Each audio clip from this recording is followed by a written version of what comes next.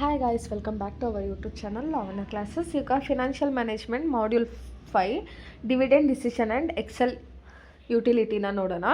ಇವಾಗ ನಿಮಗೆ already 4 chapters upload ಆಗಿದೆ, ಪ್ಲೇಲಿಸ್ಟಲ್ಲಿ ಹೋಗಿ ಚೆಕ್ ಮಾಡ್ಕೊಳ್ಳಿ.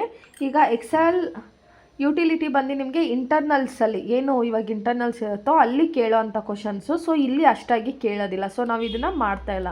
ಈಗ ಡಿವಿಡೆಂಡ್ ಡಿಸಿಷನು, ಈಗ ಒಂದು ಕಂಪ್ನಿನಲ್ಲಿ ಡಿವಿಡೆಂಡ್ನ ನಾವು ತೊಗೊಂಡ್ರೆ ಅದನ್ನು ಹೇಗೆ ರಿಟರ್ನ್ ಮಾಡ್ತೀವಿ, ಎಷ್ಟು ಪರ್ಸೆಂಟ್ ಕೊಡ್ತೀವಿ ಅನ್ನೋದನ್ನು ನಾವಿಲ್ಲಿ ನೋಡ್ತೀವಿ.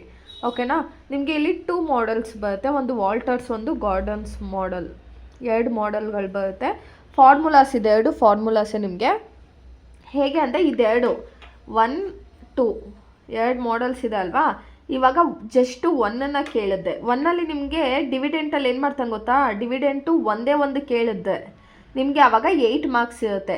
ಇನ್ ಕೇಸ್ ಡಿವಿಡೆಂಟು 10%, 15%, 18% ಈ ಥರ ಜಾಸ್ತಿ ಕೇಳಿದ್ರೆ ಆವಾಗ 14 ಮಾರ್ಕ್ಸ್ ಕೊಡ್ತಾರೆ. ಇಲ್ಲ ಅಂದರೆ ನಿಮಗೆ 8 ಮಾರ್ಕ್ಸು. ಈವನ್ ಇಲ್ಲಾಂದರೆ ಗಾರ್ಡನ್ಸ್ ಮಾಡೆಲ್ ಇದೆಯಲ್ವಾ, ಇದೊಂದನ್ನು ಕೇಳಿದ್ರೆ 8 ಮಾರ್ಕ್ಸು.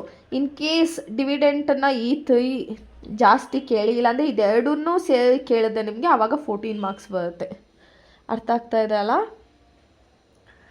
ಪ್ಲೇಲಿಸ್ಟಲ್ಲಿ ಪ್ರಿವಿಯಸ್ ಎಲ್ಲ ವೀಡಿಯೋಸು ಅಪ್ಲೋಡ್ ಆಗಿದೆ. BCom BBA ಇಬ್ಬರಿಗೂ ಸೇಮ್ ಕಾನ್ಸೆಪ್ಟ್ ಇರೋದು. ನೀವಿನ್ನ ನಮ್ಮ ಚಾನಲ್ಗೆ ಸಬ್ಸ್ಕ್ರೈಬ್ ಆಗಿಲ್ಲ ಅಂದರೆ ಸಬ್ಸ್ಕ್ರೈಬ್ ಆಗಿ, ವಿಡಿಯೋ ಇಷ್ಟ ಆದರೆ ಲೈಕ್ ಮಾಡಿ, ಶೇರ್ ಮಾಡಿ. ಇವಾಗ ಫಾರ್ಮುಲಾ ಏನಿದೆ, P = D + E - D × R / K ಮತ್ತು / K. P ಅಂದರೆ ಮಾರ್ಕೆಟ್ ಪ್ರೈಸ್ ಪರ್ ಶೇರ್, ಏನೋ ಮಾರ್ಕೆಟ್ ಪ್ರೈಸ್. ಡಿ ಅಂದರೆ ಡಿವಿಡೆಂಟ್ ಪರ್ ಶೇರ್, ಒಂದು ಶೇರ್ಗೆ ಎಷ್ಟು ಡಿವಿಡೆಂಟ್ ಕೊಡ್ತೀವಿ ಅಂತ. ಈ ಅರ್ನಿಂಗ್ ಪರ್ ಶೇರ್, ಒಂದು ಶೇರ್ಗೆ ಎಷ್ಟು ಅರ್ನ್ ಮಾಡ್ತಾನೆ ಅಂತ. ಆರ್ ಅಂದರೆ ಇಂಟರ್ನಲ್ ರೇಟ್ ಆಫ್ ರಿಟರ್ನ್ಸ್ ಈ ಥರ ಏನಾದರೂ ಕೇಳ್ತಾನೆ. ನೆಕ್ಸ್ಟು ಕೆ ಅಂದರೆ ಕಾಸ್ಟ್ ಆಫ್ ಕ್ಯಾಪಿಟಲ್. ನಿಮಗಿದು ಕೆ ಅಂತಲೂ ಬರುತ್ತೆ, ಇಲ್ಲ KO ಅಂತಲೂ ಬರುತ್ತೆ. ಓಕೆನಾ. Next gardens model, P = E × 1 - B / KO - B × R. BR ಅಂತ ಕೊಟ್ಟಿರ್ತಾನೆ, B × R. ನಿಮಗೆ B ಸಪ್ರೇಟ್ ಇರುತ್ತೆ, R ಸಪ್ರೇಟ್ ಇರುತ್ತೆ, ಅದೆರಡನ್ನೂ ಇಂಟು ಮಾಡಬೇಕಾಗುತ್ತೆ. ಇವಾಗ P = price per share, E = earning per share, B = retention ratio, KO = capitalisation rate, R = rate of returns. ಓಕೆನಾ. ಇದೆರಡು ಫಾರ್ಮುಲಾನ ನೋಡ್ಕೊಬಿಟ್ರೆ ಈಸಿ ಇದೆ. ಫಾರ್ಮುಲಾ ನೋಡ್ಕೊಬಿಟ್ರೆ ನೀವೇನೋ ಈಸಿಯಾಗಿ ಸಾಲ್ವ್ ಮಾಡ್ಬೋದು ಪ್ರಾಬ್ಲಮ್ನ. ಈಗ ಪ್ರಾಬ್ಲಮ್ಗೆ ಹೋಗೋಣ. ಇವಾಗ ಫಸ್ಟ್ ಪ್ರಾಬ್ಲಮ್ ಈಸಿಯಾಗಿ ನಾನೇ ಒಂದು ಹಾಕಿದ್ದೀನಿ. The following information, capitalisation rate 15%. Formula ಏನಿತ್ತು ನಮಗೆ, P = D + ಯಾವುದಿದು, ಒಂದು ನಿಮಿಷ, E - D ×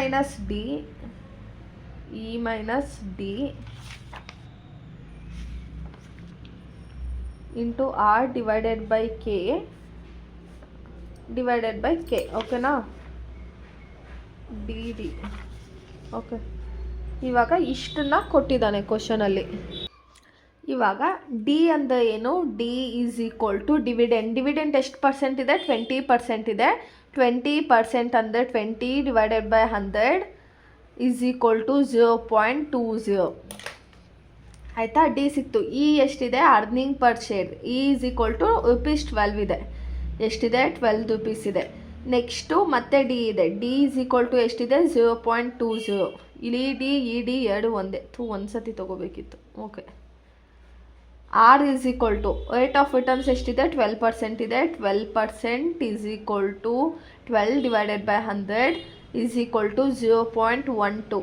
ಆಯಿತಾ. ನೆಕ್ಸ್ಟ್ ಯಾವುದು, K. ಕ್ಯಾಪಿಟಲೈಸೇಷನ್ ರೇಟ್ ಎಷ್ಟಿದೆ ನಮ್ಮ ಹತ್ರ, 15% ಇದೆ. 15% = 15/100 ಮೀನ್ಸ್ 0.15. ಓಕೆನಾ. ಇವಾಗ ಇಲ್ಲಿ ಫಾರ್ಮುಲಾ ಹೇಗಿದೆಯೋ ಹಾಗೆ ಆ್ಯಸ್ ಇಟ್ ಈಸ್ ತಗೊಳ್ಳೋಣ. 0.20. ಇಲ್ಲಾಂದರೆ ನೀವು ಇನ್ನೊಂದು ಈಸಿ ಮೆಥಡ್ ಹೇಳ್ಕೊಡ್ತೀನಿ ನಿಮಗೆ. ಇದು 20% ಅಂತ ತೊಗೋಬೇಡಿ. ಇವಾಗ D = 20% ಅಂತಿದೆ ಅಲ್ವಾ, ಇದು ಸ್ಕ್ರ್ಯಾಚ್ ಮಾಡ್ಕೊಳ್ಳಿ. ಈ ಮೆಥಡ್ ಮಾಡಿದ್ರೆ ಸ್ವಲ್ಪ ಲ್ಯಾಗ್ ಆಗುತ್ತೆ. ಇವಾಗ D = EPS ಇದೆ ಗೊತ್ತಾ, ಇ ಪಿ ಎಸ್ ಎಷ್ಟಿದೆ ನಮಗೆ 12 ಇದೆ, 12 ರುಪೀಸ್ ಇದೆ. 12 ಇಂಟು 20%. ಈ ಮೆಥಡ್ ನಿಮಗೆ ಈಸಿ. 12 ಇಂಟು 20% ಮಾಡಿದ್ರೆ ನಮಗೆ 2.4 ಬರುತ್ತೆ. ಅರ್ಥ ಆಗ್ತಿದೆಯಾ? ಈ 12ಅಲ್ಲಿ E P S into 20% dividend ಅಂತ ತೊಗೋಬೇಕು. ಆಯಿತಾ? ಇವಾಗ ಡಿ ಎಷ್ಟಿದೆ ನಮ್ಮ ಹತ್ರ 2.4 ಪ್ಲಸ್ ಇ ಎಷ್ಟಿದೆ ನಮ್ಮ ಹತ್ರ 12 ಮೈನಸ್ ಡಿ ಎಷ್ಟಿದೆ 2.4 ಇಂಟು ಆರ್ ಎಷ್ಟಿದೆ 0.12 ಡಿವೈಡೆಡ್ ಬೈ ಕೆ ಎಷ್ಟಿದೆ 0.15 ಡಿವೈಡೆಡ್ ಬೈ 0.15. ಕೆ ಅಲ್ಲೇನಿದೆಯೋ ಅಲ್ಲೇ ಅದನ್ನೇ ತೊಗೋಬೇಕು. ಇಲ್ಲಿ ನೋಡಿ, ಈ 2.4ನ ಮುಟ್ಬೇಡಿ, ಇದು ಫಸ್ಟು ಸಬ್ಸ್ಟಿಟ್ಯೂಟ್ ಮಾಡ್ಕೊಳ್ಳೋಣ. ಏನು 12 ಮೈನಸ್ 2.4 ಆಯ್ತು, ಎಷ್ಟು ಬಂತು 9.6 ಬಂತು. 9.6 ಇಂಟು 0.12 ಮಾಡಿದ್ರೆ 1.152 ಬಂತು ಡಿವೈಡೆಡ್ ಬೈ 0.15 ಮಾಡಿದ್ರೆ 7.68 ಬಂತು. ಎಷ್ಟು? P is equal to 2.4 plus 7.68 divided by 0.15. P is equal to ಈಗ 2.4 ಪ್ಲಸ್ 7.68 ಆ್ಯಡ್ ಮಾಡಿದ್ರೆ 10.08 ಡಿವೈಡೆಡ್ ಬೈ 0.15 ಡಿವೈಡೆಡ್ ಬೈ 0.15 ಮಾಡಿದ್ರೆ ಎಷ್ಟು ಬರುತ್ತೆ? ಪಿ ಈಸ್ ಈಕ್ವಲ್ ಟು 67.2 ಅಂತ ಇದೆ. P is equal to 67.2. ಅರ್ಥ ಆಯ್ತಲ್ವ ಪ್ರಾಬ್ಲಮ್ ನಿಮಗೆ? ನಾವು ಫಸ್ಟು ಫೈಂಡ್ ಔಟ್ ಮಾಡ್ಕೊಬಿಟ್ರೆ ಅಲ್ಲೇನಿರುತ್ತೋ ಹಾಗೆ ಈಸಿಯಾಗಿ ಹಾಕೋಬಿಡ್ಬೋದು. ಓಕೆನಾ? ನೆಕ್ಸ್ಟ್ ಪ್ರಾಬ್ಲಮ್ಗೆ ಹೋಗೋಣ. ಇವಾಗ ನೆಕ್ಸ್ಟ್ ಕ್ವಶನ್ ನೋಡಿ, ಸೇಮ್ ಕ್ವಶನು, ಅದೇ ಸ್ವಲ್ಪ ಚೇಂಜಸ್ ಇದೆ. ಏನು? The following information given. Capitalisation rate 25% ಎಷ್ಟಿದೆ? ಕೆ ಈಸ್ ಈಕ್ವಲ್ ಟು 25% ಇದೆ. 25% ಅಂದರೆ is equal to 25 divided by 100 is equal to 0.25. ಆಯಿತಾ? ಇ ಪಿ ಎಸ್ ಎಷ್ಟಿದೆ? 20 ಇದೆ. 20 ರುಪೀಸ್, ಅದು ಪರ್ಸೆಂಟೇಜ್ ಅಲ್ಲ, 20 ಇದೆ. Next internal rate of returns ಅಂದು ಒಂದೇ, ರೇಟ್ ಆಫ್ ರಿಟರ್ನ್ಸ್ ಅಂದು ಒಂದೇನೆ ಕಾಣಿಸ್ತಾ ಇದೆಯಲ್ಲ. ಒಂದು ನಿಮಿಷ,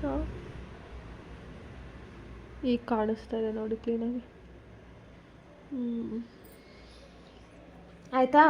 ಇಂಟರ್ನಲ್ ರೇಟ್ ಆಫ್ ರಿಟರ್ನ್ಸ್ ಅಂದು ಒಂದೇ, ರೇಟ್ ಆಫ್ ರಿಟರ್ನ್ಸ್ ಅಂದು ಒಂದೇ. R is equal to 15%. 15% means 15 by 100 is equal to 0.15. Dividend ಏನು ಕೊಟ್ಟಿದ್ದಾನೆ? 15% ಒಂದು ಸತಿ ಕೊಟ್ಟಿದ್ದಾನೆ, 18% ಒಂದು ಸತಿ ಕೊಟ್ಟಿದ್ದಾನೆ. ನಾವು ಅದಕ್ಕೆ ಇದನ್ನು 15% ಆ್ಯಂಡ್ 18% ಅಂತ ತೊಗೊಳ್ಳೋಣ. ಅದೇ ಇದು ಚೇಂಜಸ್ ಇರುತ್ತೆ. ಓಕೆನಾ? ಇವಾಗ 2 ಡಿವಿಡೆಂಟ್ ಕೊಟ್ಟಿದ್ದಾನೆ. 15% ಹಾಕೊಂಡು ಒಂದು ಸತಿ ಮಾಡಬೇಕು, 18% ಹಾಕೊಂಡು ಒಂದು ಸತಿ ಮಾಡಬೇಕು. ಸೊ 2 ಟೈಮ್ಸ್ ನಾವು ಸಾಲ್ವ್ ಮಾಡಬೇಕು. ಆಯಿತಾ? ಇವಾಗ ಸಾಲ್ವ್ ಮಾಡೋಣ. ಫಾರ್ಮುಲಾ ಏನಿತ್ತು ನಮ್ಮ ಹತ್ರ? P is equal to D plus E minus D into R divided by K divided by K. ಓಕೆನಾ? ವೆನ್ ಡಿವಿಡೆಂಟ್ ಈಸ್ ಎಷ್ಟು ಪರ್ಸೆಂಟು? 15%. ಇಲ್ಲಿ ಹಿಂಗೆ ತೊಗೊಬಿಡೋಣ. ವೆನ್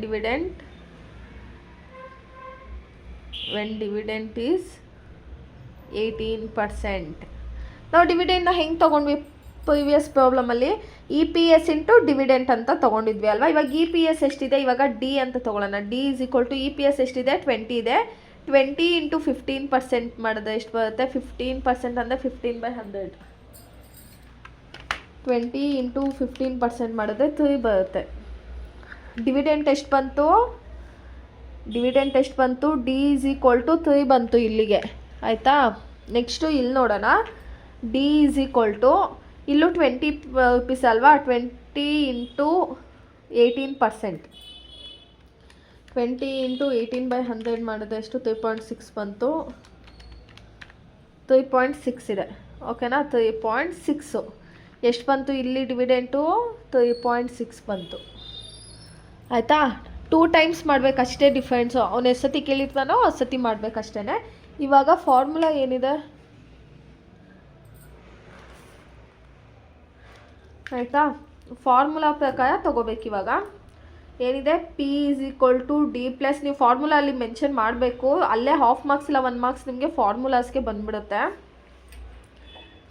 ಇಲ್ಲಿ ಬಂದು P is equal to D plus E minus D into R divided by K. ಈ ಥರ question ನಿಮಗೆ 8 marks ಕೇಳ್ತಾನೆ. ನಾಳೆ ನೆಕ್ಸ್ಟ್ ವೀಡಿಯೋನಲ್ಲಿ ಏನು ಮಾಡ್ತೀನಿ, 14 ಮಾರ್ಕ್ಸಿಗೆ ಯಾವ ಥರ ಕ್ವಶನ್ಸು. ಇವಾಗ ಏನು ಡಿವಿಡೆಂಡ್ ಕೊಟ್ಟಿದ್ದಾನಲ್ಲ, ಡಿವಿಡೆಂಟು ಜಾಸ್ತಿ ಕೊಡ್ತಾನೆ ಮತ್ತು ಇಂಟರ್ನಲ್ ರೇಟ್ ಆಫ್ ರಿಟರ್ನ್ಸು ಜಾಸ್ತಿ ಕೊಡ್ತಾನೆ. ಸೊ ಆ ಟೈಮಲ್ಲಿ ಹೇಗೆ ಮಾಡೋದು ಅಂತ ನೆಕ್ಸ್ಟ್ ವೀಡಿಯೋದಲ್ಲಿ ನೋಡೋಣ. ಇವಾಗ P is equal to D ಎಷ್ಟಿದೆ 3 ಪ್ಲಸ್ ಇ ಎಷ್ಟಿದೆ ನಮ್ಮ ಹತ್ರ ಇಲ್ಲಿ, ಇ ಎಲ್ಲೋ ಇ ಅಂದರೆ ಇ ಪಿ ಎಸ್ ಅಲ್ವಾ, ಇ ಎಷ್ಟಿದೆ 20 ಮೈನಸ್ 3 ಇಂಟು ಆರ್ ಎಷ್ಟಿದೆ 0.15 ಡಿವೈಡೆಡ್ ಬೈ ಕೆ ಎಷ್ಟಿದೆ 0.25 ಡಿವೈಡೆಡ್ ಬೈ 0.25. ಇದು ಮಾಡಿಬಿಡೋಣ. P is equal to 3 plus 20 minus 3 17 ಬಂತು. 17 ಇಂಟು 0.15 2.55 ಬಂತು. ಈಗ 2.55 ಡಿವೈಡೆಡ್ ಬೈ 0.25 ಮಾಡಿದ್ದಕ್ಕೆ 10.2 ಬಂತು divided by 0.25. P is equal to 13.2 ಬರುತ್ತೆ. ಇದೆರಡು ಆ್ಯಡ್ ಮಾಡಿದ್ರೆ divided by 0.25. P is equal to 13.2 divided by 0.25 ಮಾಡುತ್ತೆ ನಮಗೆ 52.8 ಬರುತ್ತೆ. 52.8 53 ಅಂತ ತಗೊಂಡೆ, ಮುಗೀತು.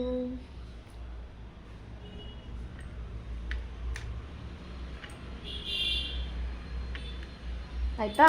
ಅದೇ ಥರ ಇದನ್ನು ಮಾಡಬೇಕು. ಏನು, P is equal to D ಎಷ್ಟಿದೆ ಇಲ್ಲಿ ನಮ್ಮ ಹತ್ರ 3.6 ಇದೆ. 3.6 ಪ್ಲಸ್ ಇ ಎಷ್ಟಿದೆ 20 minus 3.6 into 0.15 divided by 0.25 divided by 0.25.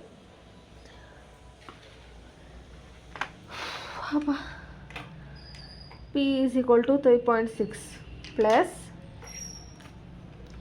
20 minus 3.6 into 0.15 divided by 20 minus 3.6 into 0.15 divided by 0.25 9.84 divided by 0.25. 9.84 plus 3.6 ಮಾಡಿದ್ರೆ P is equal to 13.44 divided by 0.25. 0.25 ಮಾಡಿದ್ರೆ ಎಷ್ಟು ಬಂತು ನಮಗೆ? P is equal to 53.76 54. ಅರ್ಥ ಆಯ್ತಲ್ಲ? ಪ್ರಾಬ್ಲಮ್ ಈಸಿನೇ ಇದೆ ನಿಮಗೆ, ಆಯಿತಾ? ಪ್ರಾಬ್ಲಮ್ ಈಸಿ ಇದೆ, ಬಟ್ ಫಾರ್ಮುಲಾನ ನೋಡ್ಕೋಬೇಕು. ವಿಡಿಯೋ ಇಷ್ಟ ಆದರೆ ಲೈಕ್ ಮಾಡಿ, ಶೇರ್ ಮಾಡಿ. Keep watching guys. Thank you.